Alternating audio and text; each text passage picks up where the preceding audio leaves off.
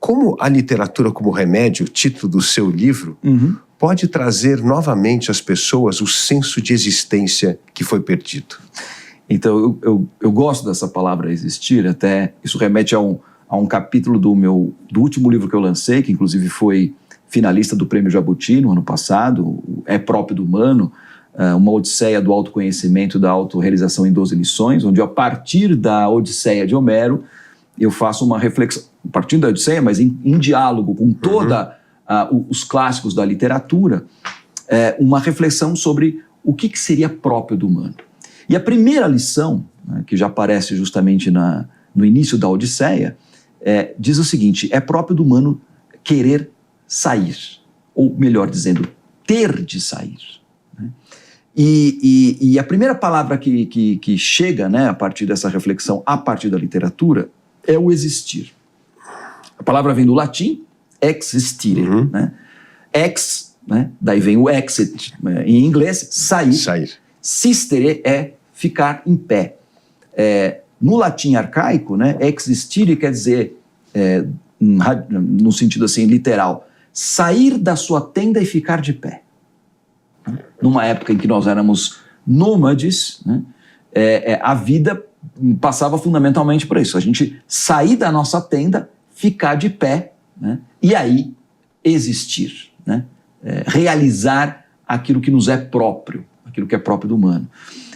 Eu acho que a literatura, ela cumpre esse papel na medida em que ela nos desperta.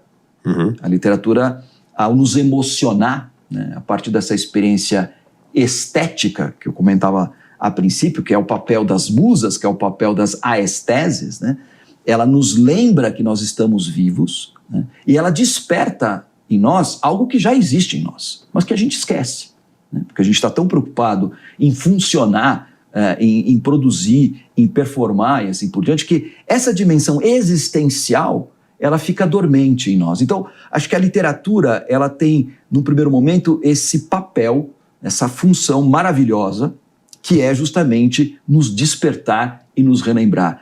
Você está vivo, né? Você não está aqui simplesmente para desempenhar uma função, para desempenhar um cargo, para ganhar dinheiro, para fazer determinadas coisas. Não, você está aqui porque você tem uma vocação. Quer dizer, a ideia é que nós existimos para realizar a nossa própria beleza. E cada um tem uma beleza própria a ser realizada, né?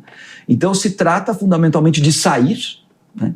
Existire, sair, para realizar a nossa própria beleza. Então, para isso, nós precisamos ser despertados.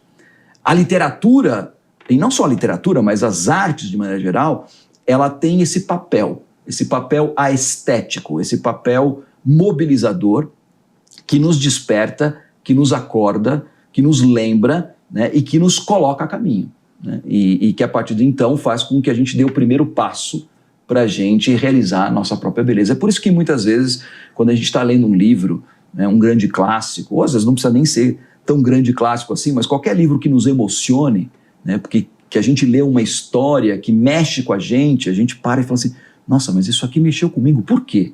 Né? E de repente, quando você percebe, depois de ler aquele livro, você está começando a pensar na tua própria vida. Peraí, onde é que eu fui chegar? Por que eu estou aqui? Né? O que eu tenho que fazer? Né? Minha vida está meio sem sentido, né? E aí, muitas vezes, a leitura tem esse sentido metanoico, né?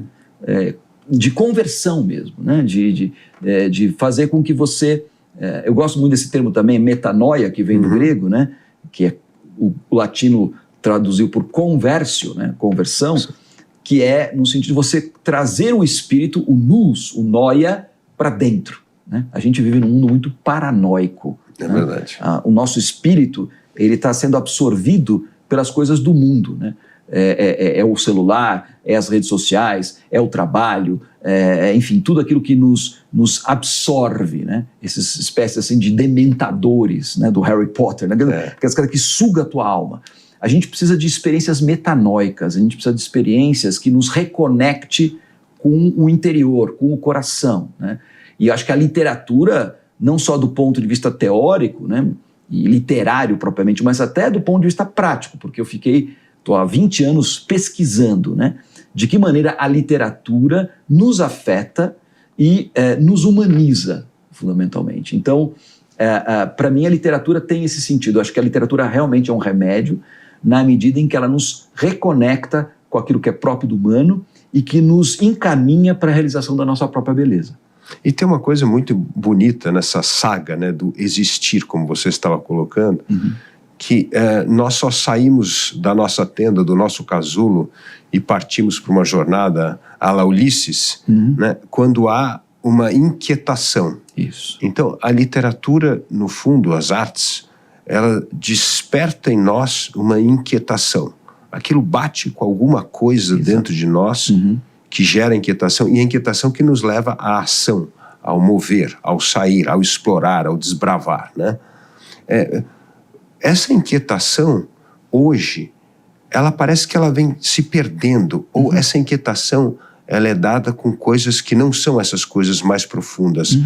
Como você usa a literatura nos seus clubes, nas suas palestras, para redescobrir, as pessoas redescobrirem essa inquietação saudável do existir e para elas depararem elas com elas mesmas, quase que voltar um diálogo dela com elas mesmas. Perfeito. Até porque nesse primeiro capítulo do Próprio do Humano, eu falo que é próprio do humano ter de sair, porque a princípio, né, a gente não quer sair, né?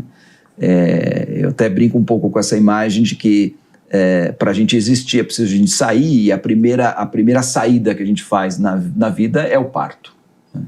E a primeira reação que a gente tem quando nasce é justamente chorar, porque tá tão bom lá dentro, né?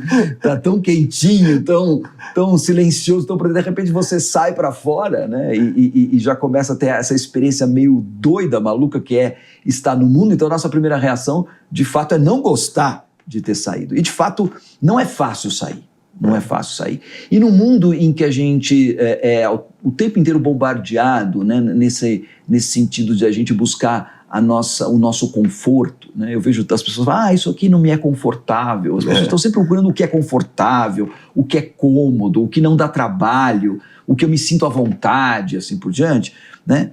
Que veja, não é questão de masoquismo fazer a crítica disso, mas é que, inevitavelmente, como é que você vai crescer, né, se você não sai da zona de conforto, se você não rompe com esses limites, né? Um bebê que não quer nascer, né, porque está confortável lá dentro, vai morrer e vai matar a mãe. Né? Então, quer dizer, a vida é um ciclo, né, de nascimentos e é um ciclo de crescimento, efetivamente. Analogamente, né, quando a gente pensa da questão do desenvolvimento biológico como um desenvolvimento de saída, né? Ou seja, todo ser biológico precisa crescer para ser. Né? E crescimento é sempre dor e sofrimento. É só a gente lembrar do que foi a nossa adolescência. No momento que a gente começa a crescer e assim por diante, a gente vai percebendo, efetivamente, viver é difícil, né? Ou como dizia o grande João Guimarães Rosa, viver é perigoso, carece de coragem, né? Então, assim, viver é sempre difícil, é sempre doloroso, e a gente, claro, instintivamente, a gente evita, né? A gente não gosta. No entanto, algo dentro de nós diz que assim, mas não é que não tem outro caminho, é a lei da vida. Do ponto de vista psíquico ou anímico, acontece a mesma coisa. A alma quer crescer, a alma quer sair, né? A alma quer nos levar a conhecer. Eu gosto muito da Odisseia porque me parece a história mais icônica nesse sentido, né? Ulisses canta a musa, inspira-me a falar a respeito daquele que saiu e muito viu, e muito viajou, e muito sofreu, e muito conheceu, né? É uma imagem muito bonita, poética e muito verdadeira sobre o que é a realização da nossa própria beleza, né? É a necessidade de a gente sair, da gente conhecer, e claro, ao conhecer, ao sair, sofrer também, né? Passar por dificuldade, como dizem hoje os jovens, perrengues, e assim por diante, e é assim que a gente cresce e a gente se desenvolve, né? Então, essa mobilização, né, é sempre uma mobilização que nos tira da zona de conforto, né?